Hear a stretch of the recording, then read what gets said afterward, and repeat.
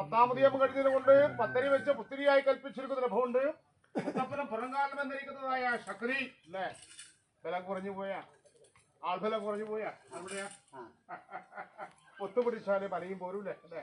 നല്ല മനസ്സും നല്ല ഭക്തിയോടുകൂടെ ചേർത്ത് പിടിക്കേണ്ടതായിരിക്കുന്ന സമയം സന്ദർഭമാണ് അല്ലെ. എന്തൊരു മഹാവ്യാധി വന്നാലും മനുഷ്യാവസ്ഥയിലൊക്കെ നേരെയാവണമെങ്കിൽ ഒരുപാട് പ്രയാസമുണ്ടത്രേ അല്ലെ.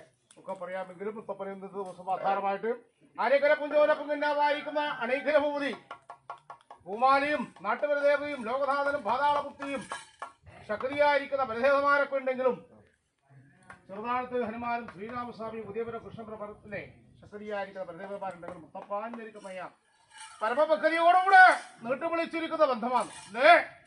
ഒത്തിരിയല്ലേ മുത്തപ്പൻ ഇന്ന് അനുഭവിക്കട്ടെ മുത്തപ്പൻ അല്ലേ. അവിടെ അല്ലേ അല്ലേ, ദൂരെ നിൽക്കുന്ന അരികത്ത് നിൽക്കുന്ന ആൾ തന്നെയാണ് അല്ലേ. അവിടെ ഒക്കെ കഥകളും കാര്യങ്ങളും ഒക്കെ